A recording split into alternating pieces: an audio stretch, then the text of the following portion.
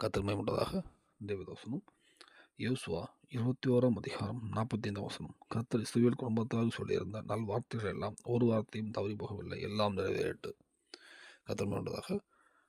இந்த வசனம் இஸ்ரவேல் ஜனங்களுக்கு ஒரு வாக்குத்தத்தம் கொடுத்துருக்காரு. கானான் தேசம் கொடுக்குன்னு சொல்லும்போது, அந்த பாலும் தேனும் ஓடுகிற தேசத்தை அது மோசே மூலமாக நடந்து வரும்போது யோசுவா பங்கிட்டு கொடுக்குறார். எல்லா ஜனங்களுக்கும் பங்கிட்டு கொடுக்குறார்.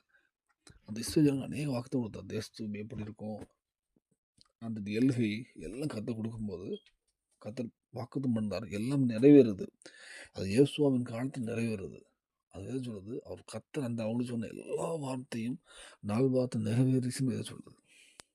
இந்த வேளையில் நமக்கு கர்த்தர் அநேக வாக்குத்தத்தம் கொடுத்துருப்பார். நீ உண்மையாக நீ ஜெபிக்கும் போது ஒவ்வொரு காலப்பகுதியும் வாக்குத்தத்தம் கொடுத்துருப்பார். எல்லாம் கண்டிப்பாக நிறைவேறும். இஸ்ரவேல் ஜனங்களுக்கு வாக்குத்தத்தம் கொடுத்த சகல வாக்குத்தத்தம் நிறைவேறிச்சு. உங்களுக்கு நிறைவேறணும். ஆனால் அந்த வாக்குத்தத்தம் நம்ம ஏதோ ஒரு வாக்குத்தத்தத்தை எப்படி நம்ம வாக்குத்தத்தம் பெறுவோம்? கர்த்தர்ட்ட உண்மையாக ப்ரேயர் பண்ணி நமக்கு கர்த்தர் கொடுக்க வாக்குத்தத்தத்தை கர்த்தர் வசனம் மூலமாக பேசுவார். அந்த வாக்குத்தத்தத்தை பிடிச்சி ப்ரேயர் பண்ணிங்கன்னா கண்டிப்பாக அந்த வாக்குத்தத்தம் உங்கள் வாக்கில் நிறைவேறும். நிறைவேறும்போது கண்டிப்பாக சாட்சி நடத்துவார்.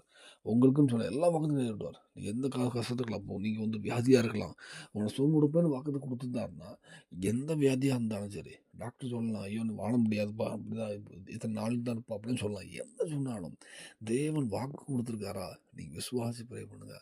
வாக்கு கொடுத்த தேவன் அது அப்படி நிறைவேற்றி பண்ணுவார். எந்த காரியம் வந்தாலும் உங்களுக்கு வாக்கு கொடுத்துருந்தாருன்னா நீங்கள் சோர்ந்து போகாமல், அந்த பேதுரு அந்த கடல் அலையை பார்க்கும்போது அந்த மூழ்கி போனது மாதிரி உள்ள சுற்றி உள்ள சிச்சுவேஷன் தோல்வியாக இருக்கலாம். எல்லா மக்கள்லாம் பரியாசம் பண்ணலாம், எதுவும் பண்ணலாம்.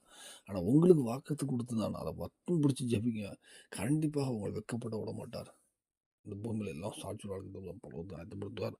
அதுக்கு அர்ப்பணிப்போம்.